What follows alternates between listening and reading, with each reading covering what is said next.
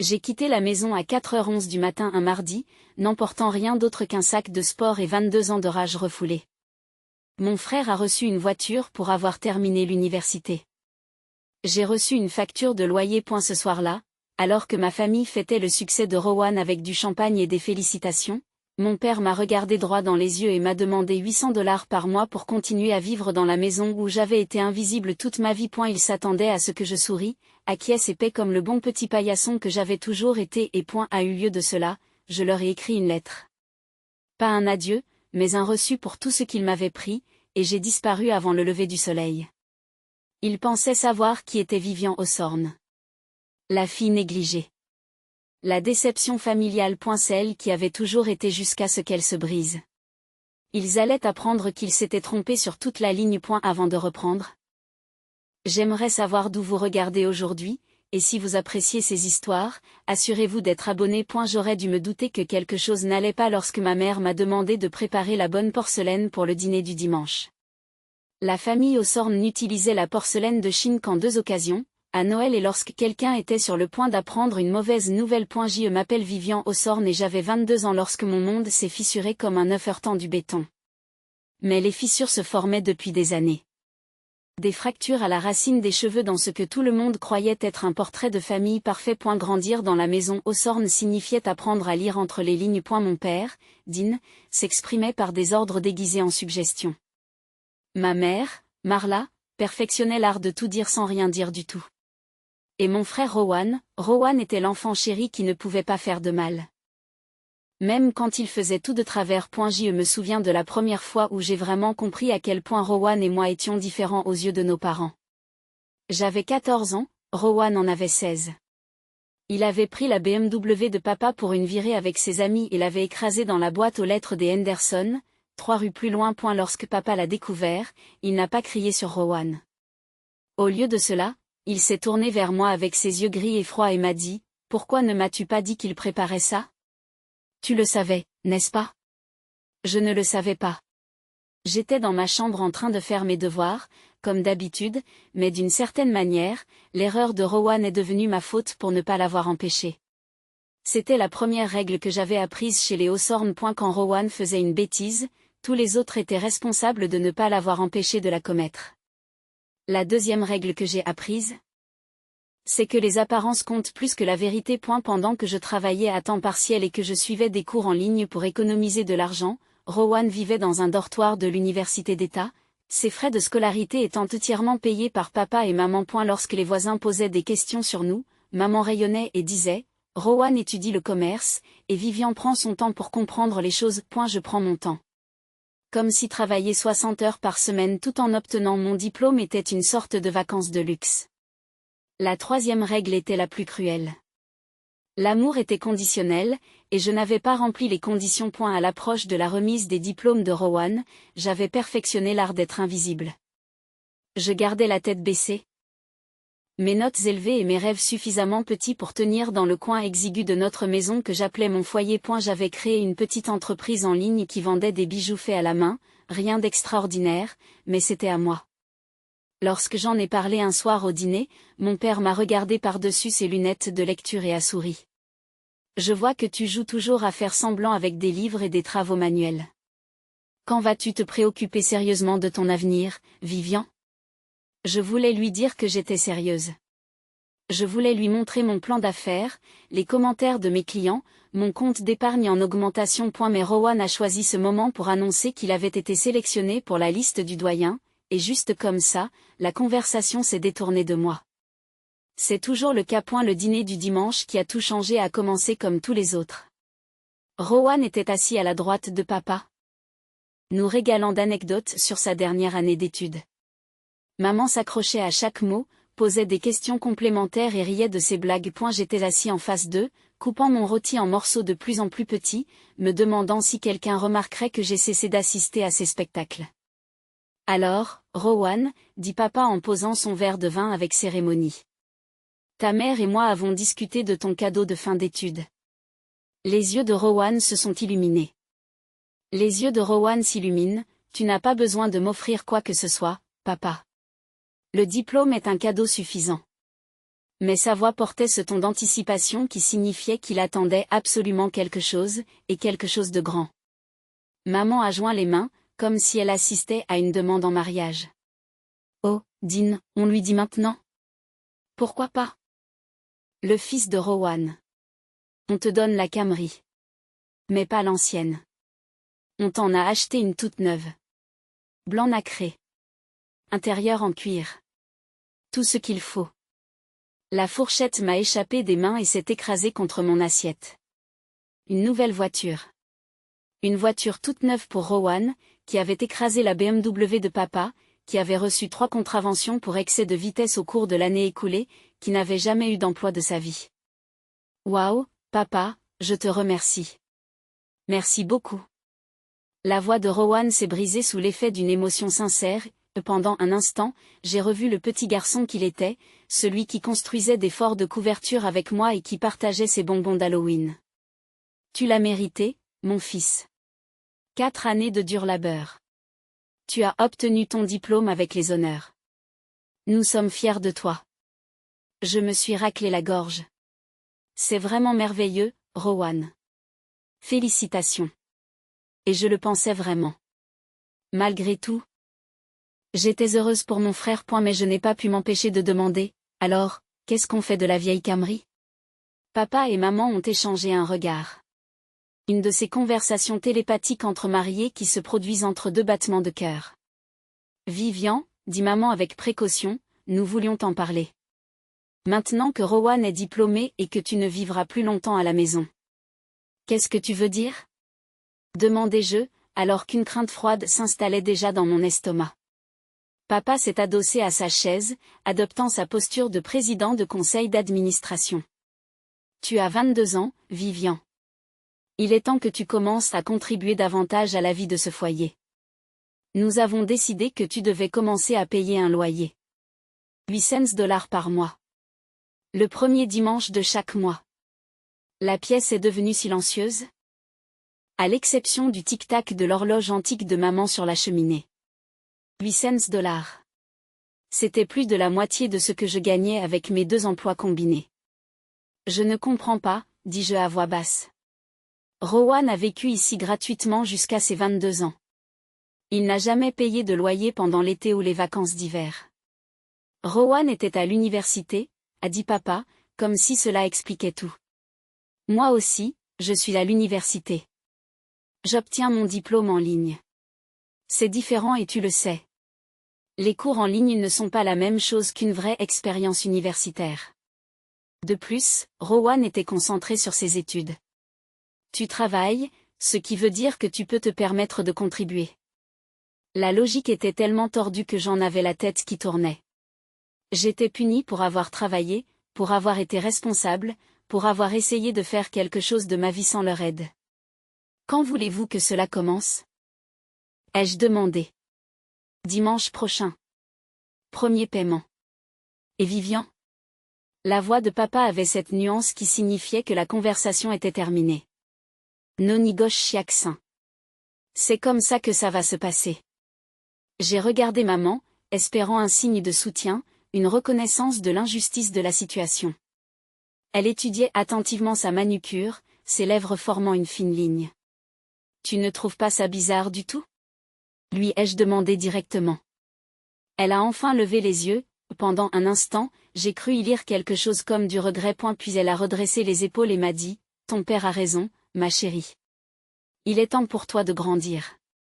Rowan n'avait pas dit un mot pendant tout cet échange. Quand je l'ai regardé, il fixait ses mains, mais il y avait quelque chose dans son expression qui ressemblait presque à de la suffisance. Ou peut-être n'était ce que mon imagination, colorée par la douleur et la colère.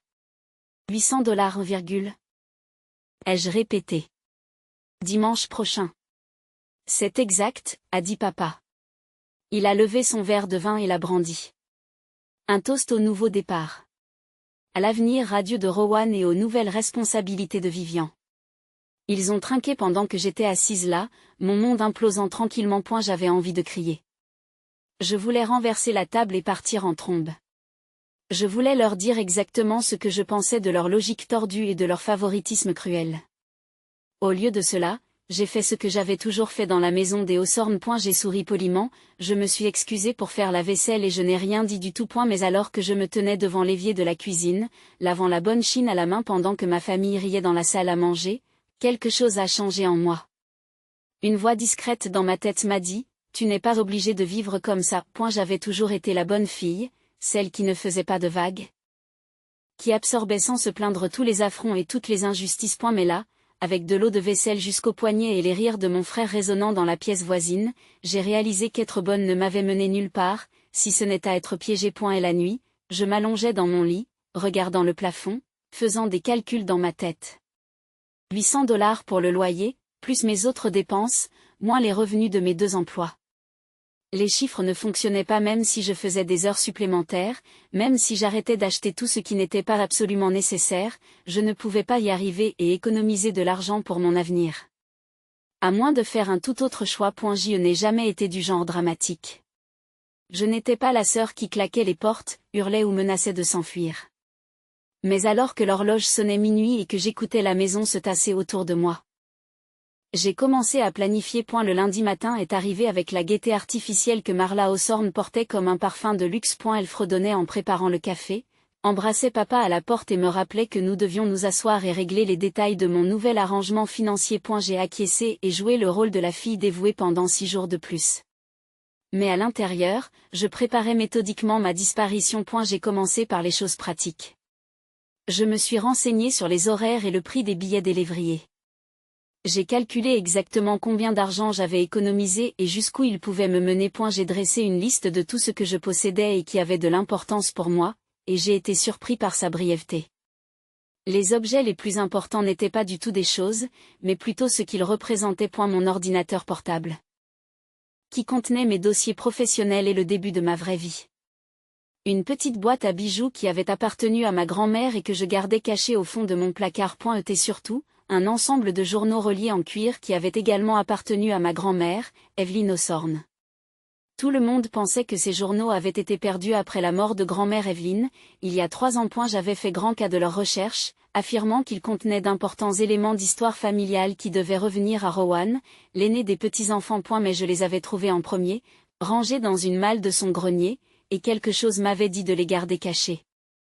Je ne les avais jamais lus en entier, mais je savais qu'ils contenaient bien plus qu'une simple histoire de famille. Il y avait des coupures de presse, des documents juridiques et ce qui ressemblait à des dossiers financiers glissés entre les pages. Mardi, j'ai travaillé comme d'habitude à mes 2 postes. À la librairie, j'aidais les clients à trouver des romans d'amour et je faisais comme si tout était normal. Au restaurant, je servais les tables et je souriais jusqu'à en avoir mal au visage. Mais dès que j'avais un moment de libre, je faisais des listes et des projets. Mercredi, j'ai commencé à faire mes cartons. Pas de manière évidente, mais en mettant progressivement mes affaires les plus importantes dans un grand sac de sport que je gardais sous mon lit. T-shirt, jeans, sous-vêtements, chargeur d'ordinateur portable, boîte à bijoux, journaux. Tout ce qui faisait de moi ce que j'étais a été réduit à ce qui pouvait tenir dans un sac. Jeudi, j'ai écrit la lettre. J'avais commencé et arrêté une 12aine de versions différentes. Des lettres de colère pleines d'accusations. Des lettres tristes demandant de la compréhension. Mais à la fin, j'ai écrit quelque chose qui était tout simplement vrai. J'ai écrit un livre de contes. Chère famille, commença-t-il, puis je fis la liste de tout ce qui s'était passé. Chaque fois que j'avais couvert Rowan, chaque événement familial où j'avais été ignoré ou écarté, chaque sacrifice que j'avais fait pour maintenir la paix, chaque dollar que j'avais dépensé en cadeaux familiaux tout en portant des vêtements d'occasion, chaque rêve que j'avais mentionné et dont on avait ri ou qu'on avait ignoré. Mais ce n'était pas écrit sous le coup de la colère. Il était rédigé comme un rapport d'activité, factuel et clair.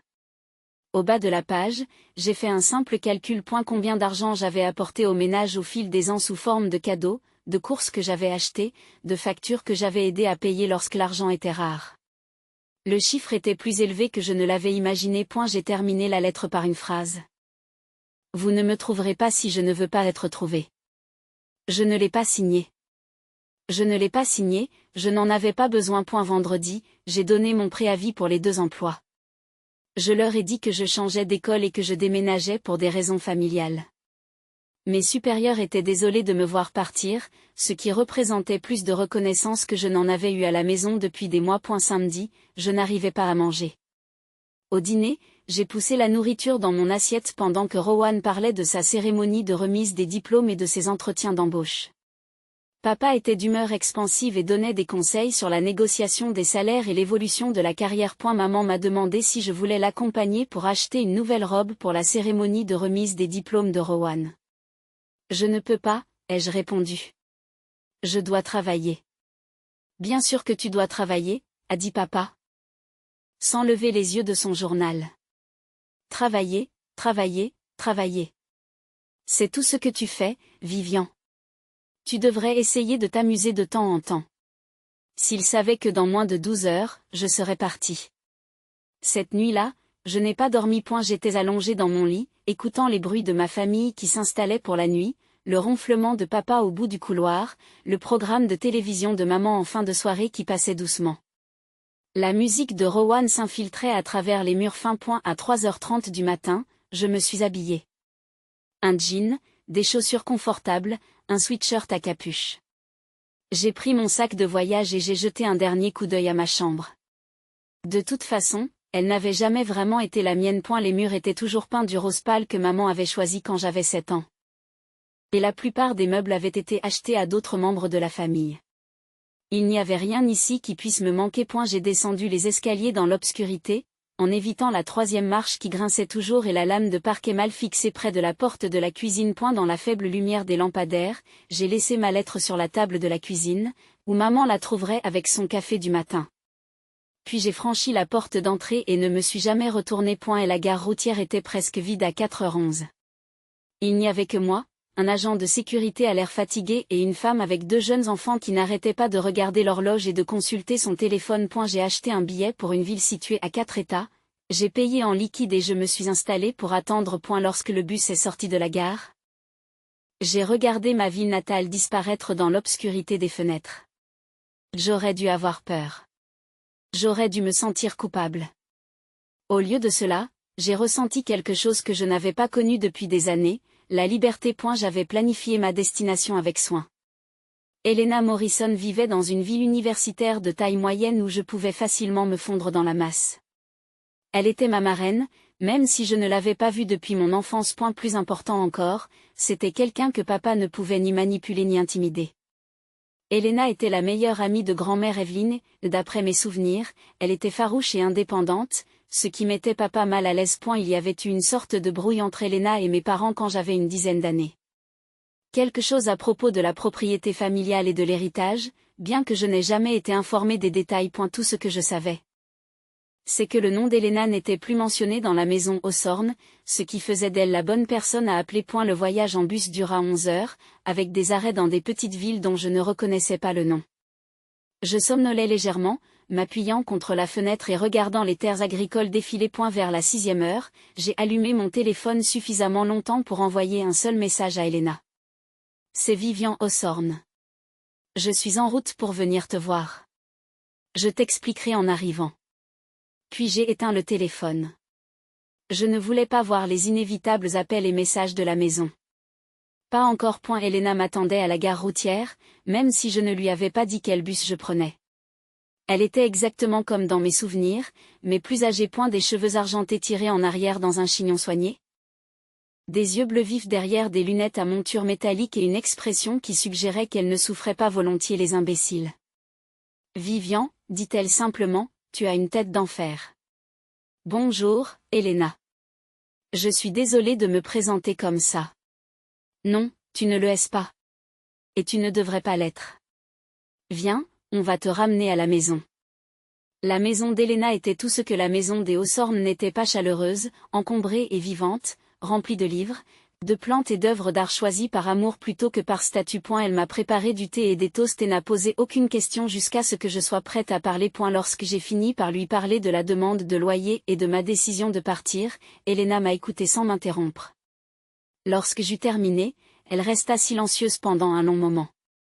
Ton père, dit-elle enfin, a toujours été un salaud manipulateur. Je suis désolée qu'il t'ait fallu si longtemps pour t'en rendre compte. Tu ne l'aimes vraiment pas, n'est-ce pas? Elena rit, mais ce n'est pas un son joyeux. L'aimer? Mon enfant, je l'ai méprisé dès qu'il a épousé ta mère. Mais c'est une histoire pour un autre jour. Pour l'instant, tu as besoin de te reposer et de réfléchir à la suite des événements. Elle me montra une petite chambre au 2e étage, baignée de soleil et sentant légèrement la lavande. Restez aussi longtemps que vous le souhaitez, dit-elle. Mais j'ai une règle. Pas de cachette. Tu as quitté cette maison pour commencer à vivre ta vie, alors c'est ce que tu vas faire. Je me suis endormie cet après-midi-là et ne me suis réveillée que le lendemain matin. Pour la première fois depuis des années, j'ai dormi profondément et sans rêve, comme quelqu'un qui n'avait rien à craindre. 3 jours après ma disparition de la maison des Hawthorne. Elena m'emmena sur la place de la ville pour prendre un café et avoir ce qu'elle appelait une vraie conversation sur ton avenir. Le café s'appelait The Book Nook, une combinaison de librairie et de café qui sentait la cannelle et le vieux papier. Elena semblait connaître toutes les personnes qui y travaillaient. En moins d'1 heure, j'avais obtenu un entretien d'embauche avec la propriétaire, une femme nommée Margaret qui portait des tabliers tachés de peinture et avait un regard bienveillant. Nous avons besoin de quelqu'un qui puisse tenir la caisse et aider les clients à trouver ce qu'ils cherchent, explique Margaret. Ce n'est pas un travail prestigieux, mais il est honnête et nous sommes comme une famille ici.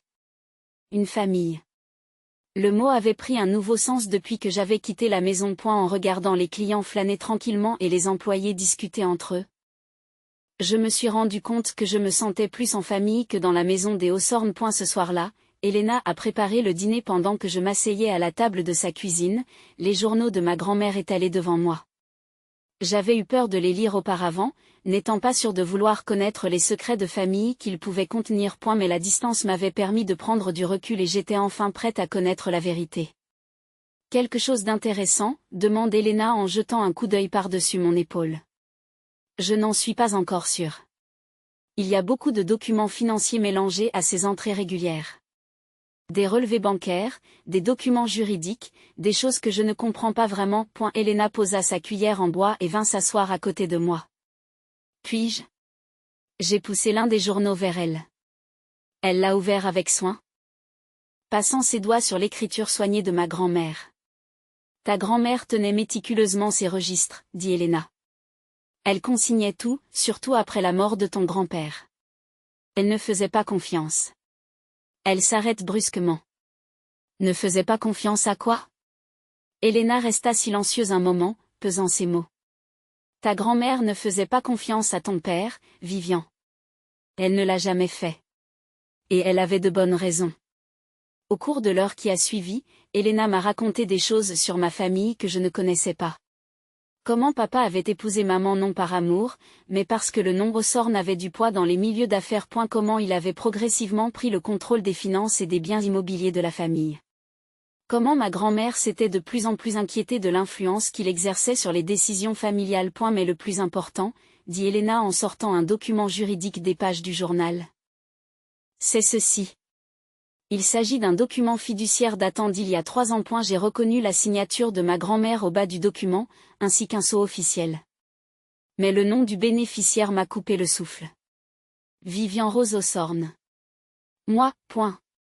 Je ne comprends pas, ai-je dit en lisant le texte juridique. Cela dit que j'ai hérité d'un fonds substantiel quand j'ai eu 21 ans. Mais je n'ai jamais rien reçu. L'expression d'Elena était sombre. C'est parce que ton père a fait modifier le document. Tu es sûre d'être indépendante financièrement. Mais Dean a réussi à obtenir une procuration quand tu as été hospitalisée cette fois-là, pendant ta dernière année d'études. Quand j'ai fait ma dépression, j'ai fini tranquillement. J'avais traversé la période la plus sombre de ma vie.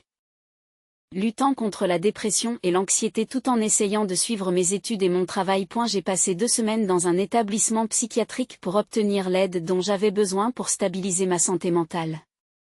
Il a utilisé cette procuration pour réorienter les fonds fiduciaires. Légalement, c'était du vol, mais il l'a fait de manière suffisamment intelligente pour que cela paraisse légitime sur le papier. Je fixe le document dans mes mains. De combien d'argent s'agit-il? Assez pour payer tes études, créer une entreprise, acheter une maison. Assez pour t'assurer que tu n'auras jamais à dépendre de quelqu'un d'autre. La voix d'Elena est amère. Ta grand-mère savait exactement quel genre d'homme était ton père, et elle voulait te protéger de lui. Et la pièce a semblé tourner autour de moi. Toutes ces années passées à cumuler les emplois, à grappiller de l'argent pour les manuels scolaires et les réparations de voitures. À écouter les leçons de papa sur la responsabilité financière, et il y avait eu de l'argent qui me revenait de droit, de l'argent qui aurait pu tout changer. Il y a autre chose, dit Elena avec douceur. Elle sortit un autre document, plus récent celui-là. Je pense que ton frère a pu être impliqué lui aussi. C'était un formulaire d'inscription à l'université avec ma signature en bas. Sauf que je n'avais jamais vu ce formulaire de ma vie. Cela autorise le transfert de l'épargne études de ton compte vers les paiements des frais de scolarité de Rowan, a expliqué Elena. La signature ressemble à la tienne, mais ce n'est pas la mienne. J'ai examiné la signature de près. Elle ressemblait à mon écriture, mais les boucles étaient légèrement différentes. La pression inégale. Rowan s'entraînait à copier ma signature quand nous étions enfants. Il trouvait ça drôle. Et la trahison a été plus profonde que tout ce que papa avait fait. Rowan savait.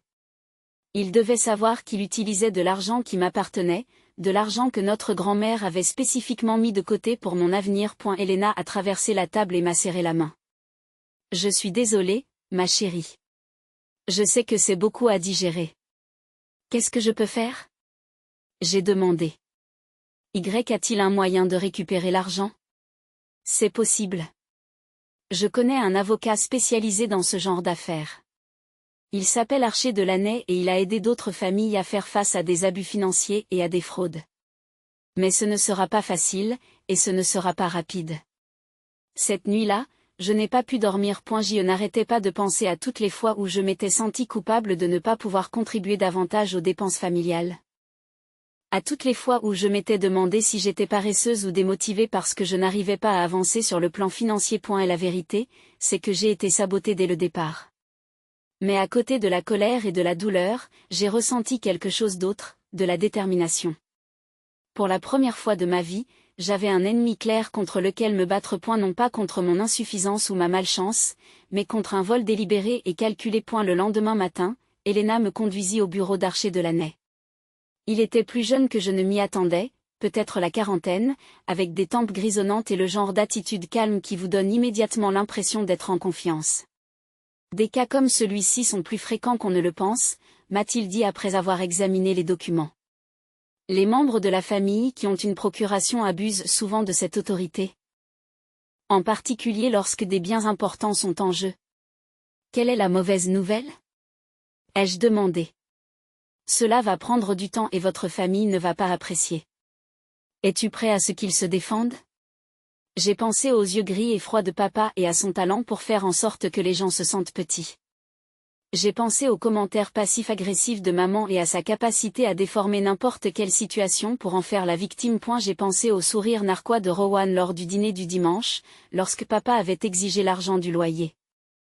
Je me suis dit, laissons-les se battre. Je ne reculerai pas cette fois. Archer a souri. Archer sourit. Elena m'a dit que tu avais du cran. Commençons. Au cours de la semaine suivante, pendant que je m'installais dans mon nouveau travail au Book Nook et que j'établissais une sorte de routine normale, Archer entama la procédure légale d'enquête sur l'escroquerie au Trust. Elle a rempli des documents. Demandé des relevés bancaires et envoyé des avis officiels à toutes les parties concernées. Pendant ce temps, j'ai commencé à recevoir des messages sur mon téléphone. D'abord de maman, suppliante et inquiète. Vivian, appelle-nous s'il te plaît. Nous sommes très inquiets pour toi.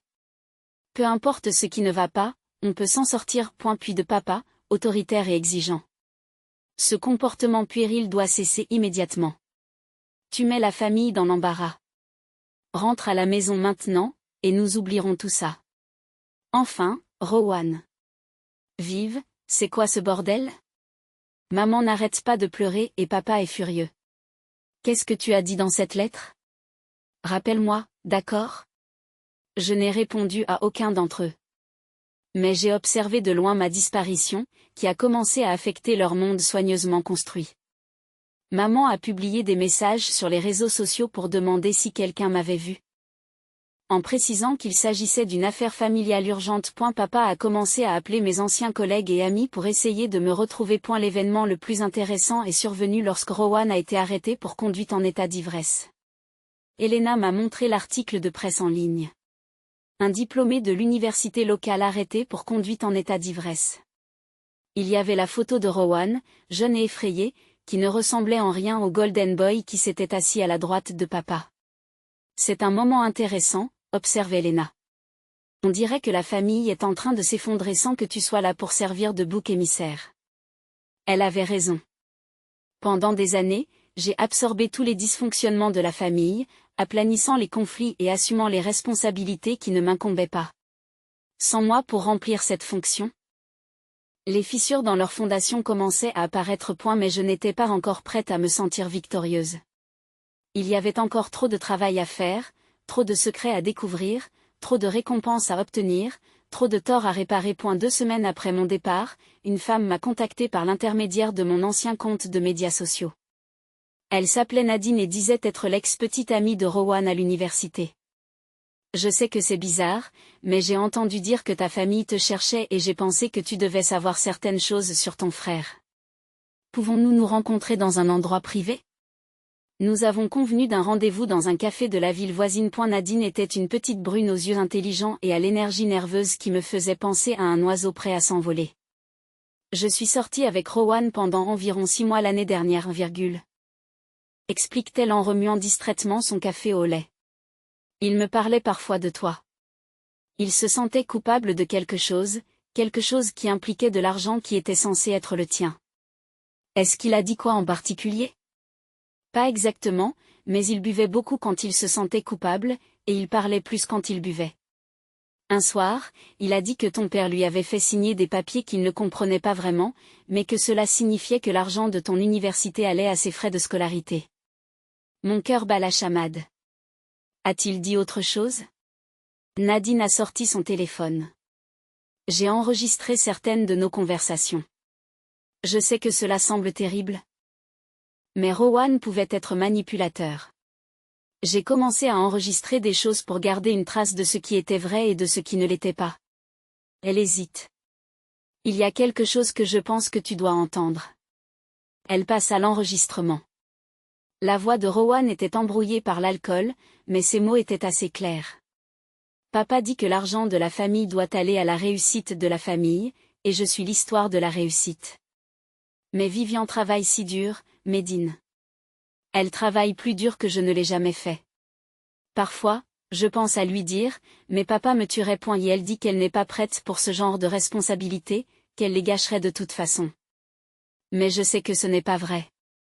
Je sais qu'elle en ferait quelque chose d'extraordinaire. J'ai fermé les yeux, écoutant la voix de mon frère qui admettait qu'il savait qu'il m'avait volé, qu'il savait que c'était mal, mais qu'il était trop lâche pour réparer ses erreurs. Je suis désolée, dit Nadine doucement. Je sais que c'est difficile à entendre. Merci de me l'avoir dit, ai-je dit. Puis-je avoir une copie de cet enregistrement ? Elle acquiesce et transfère le fichier sur mon téléphone. Pour ce que ça vaut, je pense que Rowan t'aime vraiment. Il est juste faible, et ton père est très doué pour la manipulation. En retournant chez Elena, j'ai réfléchi à la faiblesse et à la force, au choix que nous faisons lorsque nous avons peur, et au prix à payer pour rester silencieux face à l'injustice. J'ai aussi été faible à une époque, acceptant chaque affront et chaque trahison parce que c'était plus facile que de se défendre. Mais cette version de moi-même se sentait étrangère aujourd'hui. La femme qui conduisait sur cette route de campagne, armée de preuves et de détermination, quelqu'un savait, quelqu'un qui ne disparaîtrait plus discrètement dans l'ombre, quelqu'un qui était enfin prêt à se battre. 3 semaines après que Nadine m'a remis les enregistrements. Archer m'a appelé pour m'annoncer une nouvelle qui allait tout changer. L'affaire judiciaire avait avancé plus vite que prévu, et Dino Sorn était sur le point de recevoir une surprise très désagréable. J'ai déposé la plainte officielle pour fraude fiduciaire et abus financiers, me dit Archer au téléphone. L'enquête. Votre père recevra des documents cet après-midi. J'étais en train de ranger des livres dans le coin bibliothèque lorsque l'appel est arrivé, et j'ai dû m'asseoir sur un escabeau pour comprendre ce qu'il disait. Après des années d'impuissance, voir le système juridique entrer en action en mon nom me paraissait surréaliste. Qu'est-ce que cela signifie exactement ? ai-je demandé. Cela signifie que son accès au fonds fiduciaire est immédiatement coupé. Plus de transfert, plus de retrait. Et il devra comparaître devant le tribunal pour expliquer comment il a obtenu la procuration et pourquoi il a redirigé de l'argent qui t'était légalement destiné. Ce soir-là, Elena et moi sommes restées assises sous son porche avec des verres de thé glacé, à regarder le coucher de soleil et à attendre. Nous savions toutes les deux que Dean réagirait rapidement et de façon spectaculaire à la signification des documents juridiques. La seule question était de savoir comment et la réponse est arrivée à 21h47, lorsque mon téléphone a sonné et que j'ai reçu un appel d'un numéro local inconnu. Madame Hawthorne, ici l'officier Bradley du bureau du shérif du comté. Nous avons un Rowan Hawthorne en garde à vue et il nous demande de vous appeler. Mon estomac a lâché. Que s'est-il passé? Conduite en état d'ivresse, possession de substances contrôlées et destruction de biens publics. Il a traversé avec son véhicule la vitrine de la quincaillerie Morrison au centre-ville. Personne n'a été blessé. Mais il demande à parler à sa sœur. Elena m'a conduit à la prison du comté en silence. J'avais imaginé ce moment de nombreuses fois depuis que j'avais quitté la maison, revoir Rowan, le confronter à ce qu'il avait fait mais j'avais imaginé que cela se produirait à ma façon, quand je serais prête, pas comme ça. Rowan avait l'air plus petit que dans mes souvenirs. Il était assis dans le parloir, vêtu d'une combinaison orange qui pendait mollement sur son corps, ses cheveux n'étaient pas lavés et ses yeux étaient rougis. Lorsqu'il m'a vu, son visage s'est décomposé. Vive, Dieu merci. Je ne savais pas qui appeler d'autre. Où sont maman et papa? J'ai demandé, en m'asseyant en face de lui à la table en métal. Papa a refusé de venir, il a dit que j'avais fait mon lit et que je devais m'y coucher. Maman voulait le faire. Mais papa ne l'a pas laissé faire. La voix de Rowan est rauque. Ils se disputent tout le temps maintenant. Depuis que tu es parti et que les avocats ont commencé à appeler. Les avocats appellent parce que papa a volé l'argent qui m'appartenait, l'argent que grand-mère Evelyn avait laissé spécialement pour mon avenir. Rowan baisse les yeux sur ses mains. Rowan baissa les yeux sur ses mains. Et toi? Tu le sais vraiment, Rowan? Parce que de mon point de vue, on dirait que tu as été parfaitement heureux de profiter de ce vol pendant des années. Tu crois que c'est ce que je voulais? Il m'a regardé avec des larmes dans les yeux. Tu crois que je voulais vivre avec la culpabilité de savoir que chaque semestre d'université, chaque repas au réfectoire, chaque manuel scolaire que j'ai acheté a été payé avec de l'argent qui aurait dû être le tien? J'ai étudié le visage de mon frère, à la recherche de signes de tromperie. Mais tout ce que j'ai vu, c'est de l'épuisement et un véritable remords. Alors pourquoi n'as-tu rien dit? Pourquoi n'as-tu pas arrêté? Parce que j'étais un lâche. Parce que papa m'a fait croire que c'était mieux ainsi, que tu n'étais pas prête pour ce genre de responsabilité. Parce que je me suis dit que si je travaillais assez dur, si j'avais assez de bonnes notes, si je réussissais assez bien, alors peut-être que je pourrais arranger les choses d'une manière ou d'une autre. Il s'essuie le nez du revers de la main. Mais je n'ai jamais pu m'en sortir, et chaque jour, j'ai eu plus de mal à dire la vérité. Je voulais rester en colère contre lui. La colère me semblait plus sûre que le mélange compliqué d'amour, de trahison et de pitié qui m'envahissait. Mais en regardant mon frère, en le regardant vraiment, j'ai compris qu'il avait été piégé lui aussi, mais d'une manière différente. Je n'ai jamais voulu de la voiture, vive. Je ne voulais même pas aller à l'université. Je voulais apprendre la menuiserie. Peut-être créer ma propre entreprise de construction. Mais papa avait tout prévu. Diplôme de commerce, emploi dans une entreprise, perpétuer le nom de la famille. À chaque fois que j'essayais de m'y opposer, il me rappelait combien d'argent il investissait dans mon avenir. De l'argent qu'il n'avait pas à investir. Je le sais maintenant. Je le sais depuis longtemps. C'est pourquoi j'ai commencé à boire autant. C'est pourquoi je n'ai pu garder aucun des emplois que papa m'a trouvés. Comment construire une vie sur des mensonges? Nous sommes restés assis en silence pendant un moment. Par la petite fenêtre, je pouvais voir les voitures de police aller et venir dans le parking, et je pensais au nombre de familles qui avaient probablement des conversations comme celle-ci, essayant de séparer la vérité du mensonge, l'amour de la manipulation. Qu'est-ce qui se passe maintenant? Demande Rowan. Maintenant? Tu dois faire face aux conséquences de tes choix. Et papa aussi. Est-ce que ça va aller? Je veux dire, est-ce que tu as un endroit où vivre, de l'argent pour t'en sortir? Malgré tout, j'ai presque souri. Même assis en prison, vêtu d'une combinaison orange, mon frère s'inquiétait pour moi. Je vais bien, Rowan. Je vais mieux que bien, en fait. J'ai un travail que j'aime, des amis qui se soucient de moi et des gens qui voient ma valeur. Des choses que je n'ai jamais eues à la maison. Je suis content, a-t-il dit, et j'ai vu qu'il le pensait vraiment. Je suis content que tu sois sorti. Lorsque j'ai quitté la prison ce soir-là, j'ai ressenti quelque chose d'inattendu. La fin de l'histoire. Pas une fin complète, il y avait encore trop de choses à résoudre. Mais le début d'une fin. Rowan n'était pas le méchant que j'avais construit dans mon esprit. Et elle n'était qu'une personne faible qui avait fait de mauvais choix et qui devait maintenant en assumer les conséquences. Le vrai méchant était toujours assis dans la maison des Hawthorne, planifiant probablement son prochain coup. 2 jours plus tard, les informations locales ont parlé de l'arrestation de Rowan. Un homme d'affaires influent et son fils sont arrêtés dans un incident au centre-ville. L'article était bref mais préjudiciable, mentionnant la position de papa dans plusieurs conseils d'administration d'entreprise et son implication dans la politique locale. Elena m'a montré les commentaires en ligne, qui allaient de la sympathie à la violence. Pauvre enfant, trop de pression de la part de sa famille.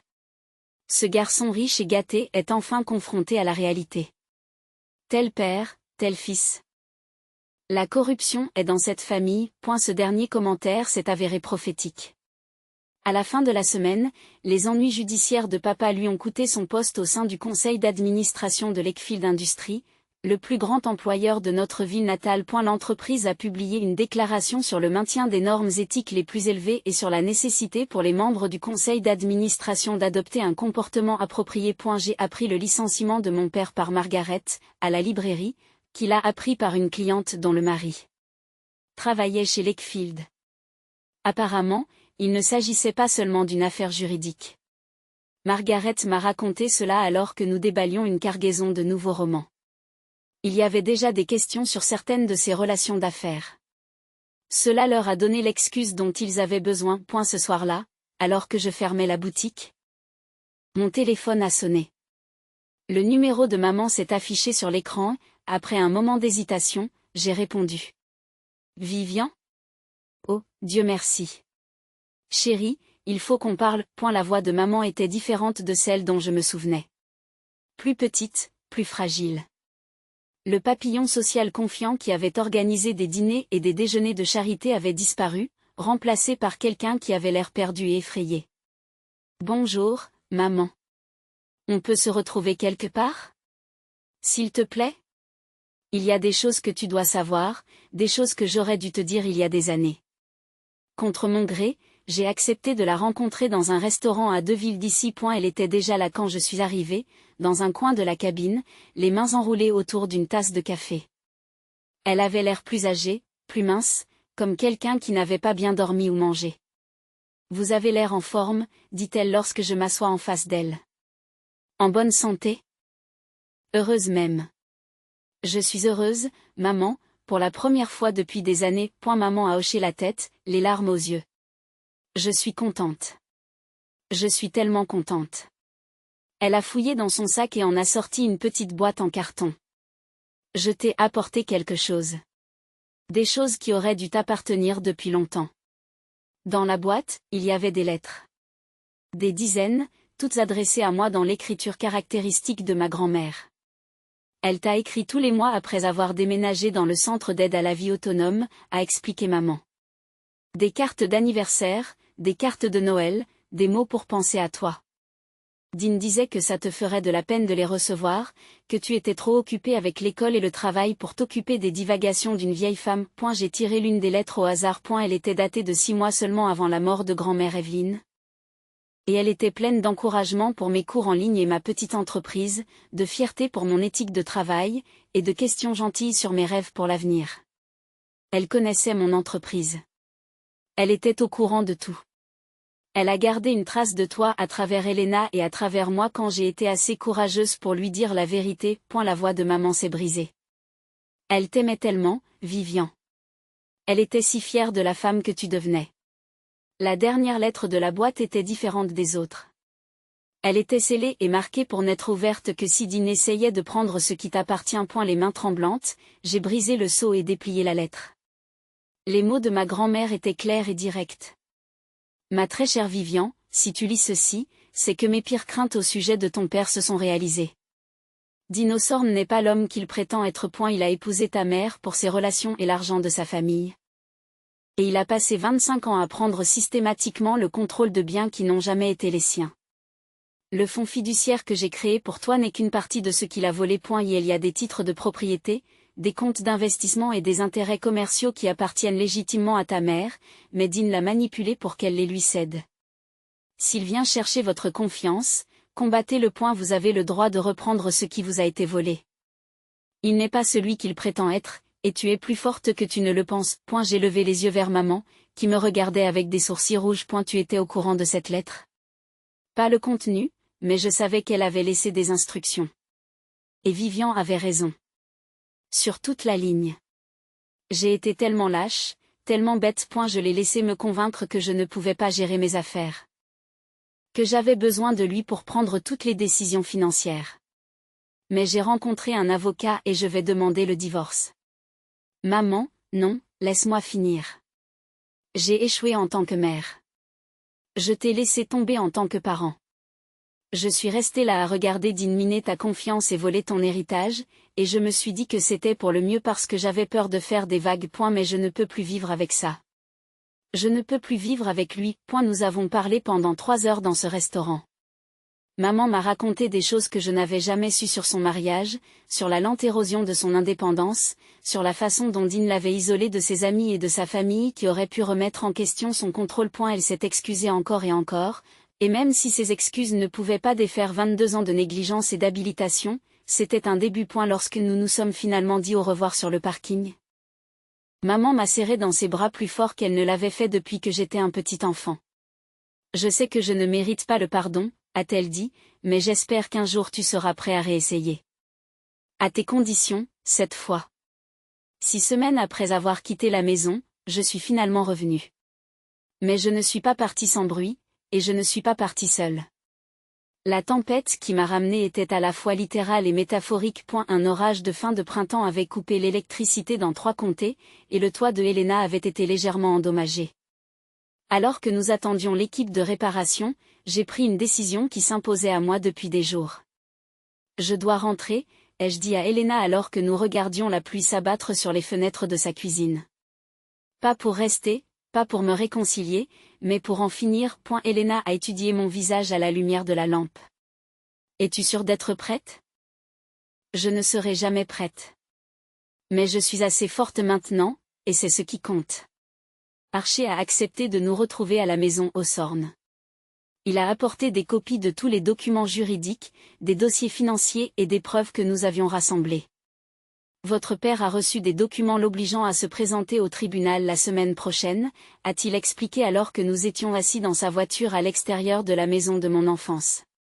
Il sait que ses options sont limitées. La question est de savoir s'il acceptera un règlement ou s'il essaiera de se battre publiquement.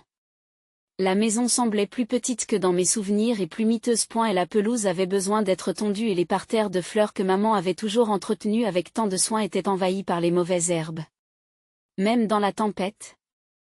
Je pouvais voir que l'endroit avait l'aspect d'une maison dont les gens avaient cessé de s'occuper. Je me suis approché de la porte d'entrée et j'ai frappé. À un bout d'un moment, j'ai entendu des pas, puis Dean a ouvert la porte. Il avait l'air plus vieux, plus gris, et il y avait quelque chose de vain dans sa posture que je n'avais jamais vu auparavant. Mais quand il m'a vu, ses yeux se sont durcis avec l'arrogance qu'on lui connaît. Eh bien, eh bien. La fille prodigue est de retour. Tu es venu jubiler? Je suis venu parler, ai-je dit simplement. Puis-je entrer? Il s'est écarté et je suis entré dans la maison où j'avais passé les 22 premières années de ma vie. J'avais l'impression de visiter un musée de mon propre passé, familier mais lointain, plein de souvenirs qui appartenaient à quelqu'un d'autre. Le salon était en désordre. Des journaux et des bouteilles vides étaient éparpillés sur la table basse. Des emballages de plats à emporter étaient posés sur le manteau de cheminée, là où se trouvaient les antiquités de ma mère. C'était la maison d'un homme qui avait perdu le contrôle de son monde soigneusement construit. Ta mère n'est pas là, dit Dean en s'installant dans son fauteuil.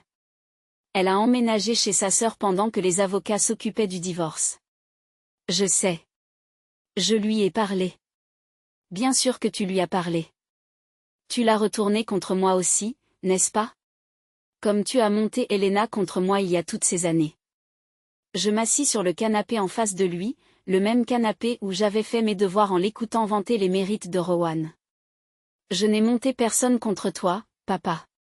Ils ont vu qui tu étais vraiment et ils ont fait leur propre choix. C'est ce que tu crois qu'il s'est passé? Tu penses que tu es une sorte de héros dans cette histoire? Non. J'ai dit. Je pense que je suis quelqu'un qui a finalement appris à se défendre. J'ai fouillé dans mon sac et j'ai sorti le dossier de documents. Je sais pour le fonds fiduciaire. Je sais pour les fausses signatures. Je sais pour la procuration dont tu as abusé quand j'étais hospitalisé. Je sais tout cela. Dean jette un coup d'œil aux documents, mais ne les prends pas, tu ne sais rien du tout. Tu es une fille naïve qui a été manipulée par des gens qui détestent cette famille. Cette famille? J'ai failli rire. Papa, il n'y a plus de famille. Rowan est en cure de désintoxication. Maman a demandé le divorce. Je ne reviendrai jamais. Et la seule chose qui reste, c'est toi, assis dans cette maison, seul, entouré des décombres de ce que tu as détruit. Pendant un instant, son masque a glissé et j'ai vu quelque chose qui aurait pu être de la peur ou du regret. Mais l'arrogance est revenue. Vous voulez l'argent? Très bien. Prenez-le. Voyez jusqu'où cela vous mène dans le monde réel. Là où personne ne se soucie de vos sentiments ou de votre sensibilité. Je ne veux plus de votre argent, ai-je dit, et j'étais sincère. Je veux que vous signiez une confession reconnaissant ce que vous avez fait. Je veux que tu fasses des excuses publiques à maman et à moi, et je veux que tu te fasses aider, parce que peu importe ce qui t'a fait devenir ce genre de personne, il n'est pas trop tard pour changer. Dean m'a regardé pendant un long moment. Puis il s'est mis à rire, d'un rire amer et cassé qui n'avait rien d'humoristique.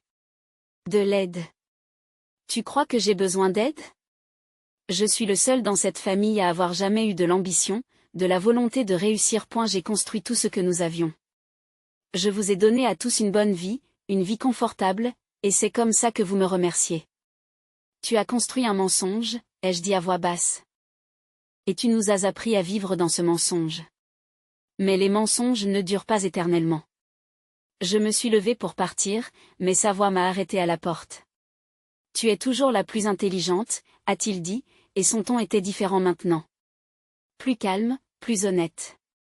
Plus intelligente que Rowan, plus intelligente que ta mère. Probablement plus intelligente que moi. C'est juste que je ne voulais pas l'admettre. Je me suis retournée pour le regarder. Il semblait s'être rétracté sur sa chaise, comme un vieil homme confronté aux ruines de sa propre création. Pourquoi? Ai-je demandé, pourquoi m'as-tu toujours fait sentir que je n'étais pas assez? Parce que tu étais trop, a-t-il dit. Tu avais tout ce que j'avais toujours voulu, l'intelligence, l'intégrité, le respect des gens qui comptent. Et j'avais peur que si je te laissais briller, tout le monde verrait à quel point j'étais faible. Ce n'était pas des excuses. Mais c'était la chose la plus proche de l'honnêteté que j'avais jamais entendue de sa part. Et à ce moment-là, j'ai ressenti quelque chose que je n'attendais pas. De la pitié. Je suis désolée que tu aies ressenti cela, mais c'était ton choix et tu dois en assumer les conséquences. Alors que j'attrapais la poignée de la porte, il a parlé une fois de plus. La maison, a-t-il dit. Je la cède au refuge pour femmes du centre-ville. C'est une idée de ta mère. Elle a dit que quelque chose de bien devait sortir de cet endroit. J'ai acquiescé. C'est un bon choix. Elena attendait dans la voiture quand je suis sortie, et elle pouvait voir sur mon visage que la conversation ne s'était pas déroulée comme prévu. Comment te sens-tu? Demanda-t-elle alors que nous partions. Triste, ai-je admis. Et libre. 3 mois plus tard, Dean a signé l'accord de règlement. Il a rendu l'argent du fonds fiduciaire? A reconnu la fraude par écrit et a accepté d'effectuer des travaux d'intérêt général en lieu et place de poursuite pénale. Et elle a également entamé une thérapie, même si je ne savais pas si cela l'aiderait. Mais c'était à lui de faire ce chemin, pas à moi. 2 ans plus tard, je me tenais devant un auditorium bondé de l'université d'État, regardant 200 visages impatients d'entendre ce que j'avais à dire. La bannière derrière moi indiquait « Trouver sa voie », un atelier sur l'indépendance émotionnelle et financière. Je m'appelle Vivian Ossorne. J'ai commencé, et je veux vous raconter le jour où j'ai disparu de ma propre vie et comment j'ai retrouvé le chemin de moi-même. L'atelier faisait partie d'une série que j'avais développée dans le cadre de l'organisation à but non lucratif que je dirigeais. Un centre d'aide juridique et de conseil pour les jeunes adultes qui avaient été victimes d'abus financiers ou de manipulations émotionnelles de la part de membres de leur famille. Elena et moi l'avions fondé ensemble, avec Archer comme conseiller juridique et Margaret Dubuc Nook comme coordinatrice des bénévoles. Nous l'avons appelé Second Chance. En 2 ans, nous avons aidé près de 300 personnes à retrouver leur vie et leurs droits. Le capital de départ provenait du fonds fiduciaire de ma grand-mère, bien sûr. Mais la fondation Raël s'est construite sur les histoires de personnes comme moi, des personnes à qui l'on avait dit qu'elles ne valaient pas la peine d'investir, des personnes qui avaient appris à attendre des miettes au lieu de la dignité, et qui avaient besoin que quelqu'un croie en leur potentiel. Après l'atelier, une jeune femme s'est approchée de moi, les larmes aux yeux.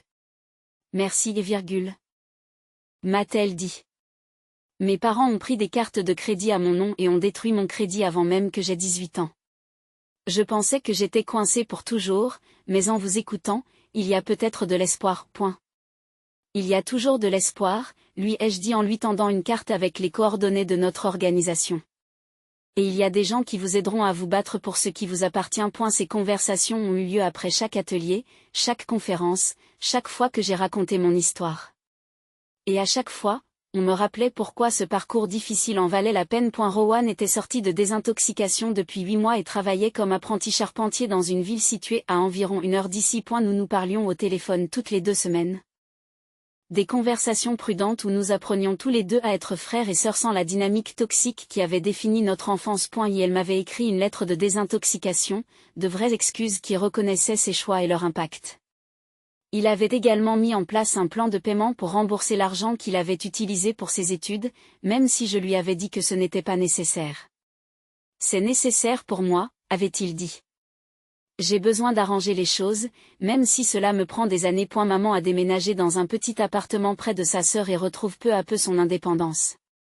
Elle suivait une thérapie 2 fois par semaine et avait commencé à prendre des cours d'art, chose qu'elle avait abandonnée lorsqu'elle avait épousé papa. Notre relation était encore fragile, fondée sur des appels téléphoniques timides et des visites prudentes.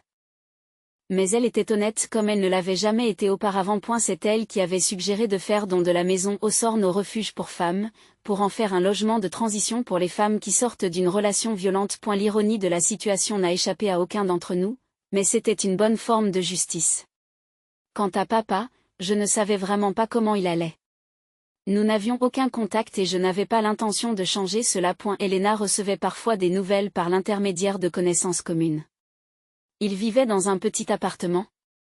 Suivait toujours une thérapie, travaillait à temps partiel dans une quincaillerie locale. Et la question de savoir s'il changeait vraiment ou s'il se contentait de suivre le mouvement ne concernait que lui et sa conscience. Le développement le plus surprenant dans ma nouvelle vie a été Elia.